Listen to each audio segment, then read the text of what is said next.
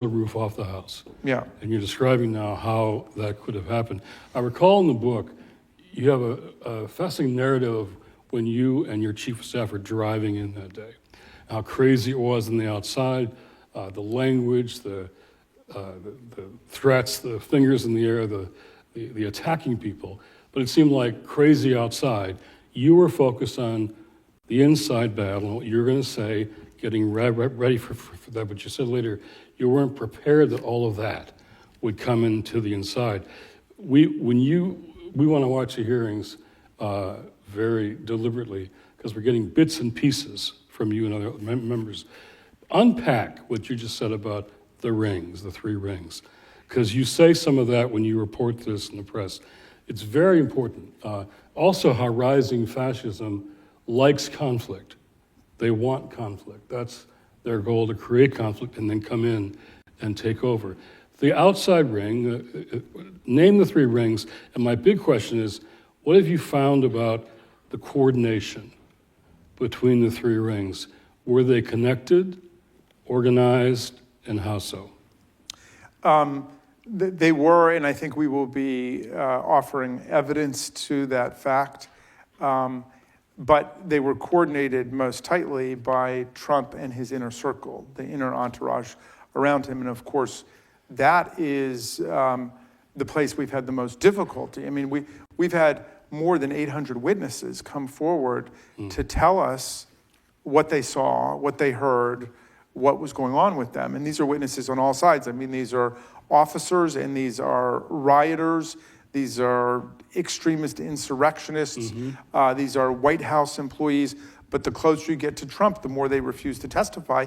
And why isn't that enough alone to create a scandal in the country that we have a guy, like Mark Meadows, who was the chief of staff to the president of the United States, who now refuses to testify?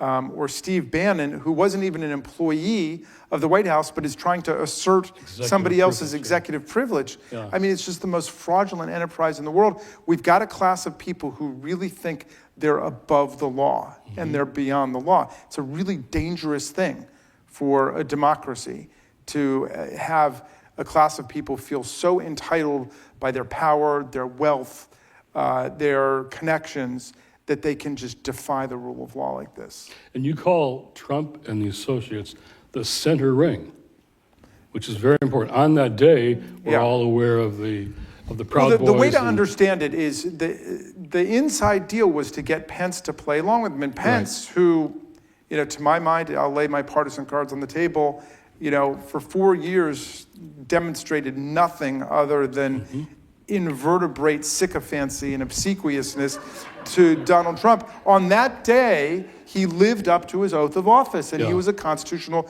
patriot, and he was. And they were chanting, I heard them chanting, hang Mike Pence, hang Mike Pence, and they meant it. They'd set up a scaffold outside and a noose outside. So when his Secret Service agents, including one of them who was carrying the nuclear football with him, were chased out by these neo-fascists, and they ran down to some still undisclosed mysterious place in the Capitol.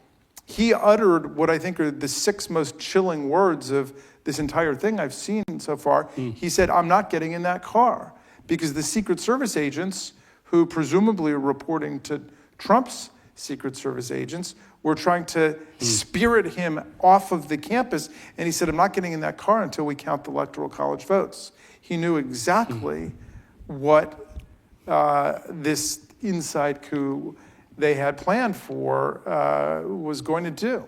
And by the way, the political scientists have a name for this kind of coup. Most coups, the ones we think of, are the military trying to overthrow a president. The political scientists call this a self-coup, where you have an incumbent president who tries to overthrow the constitutional order by defeating the electoral process in order to prevent an election defeat.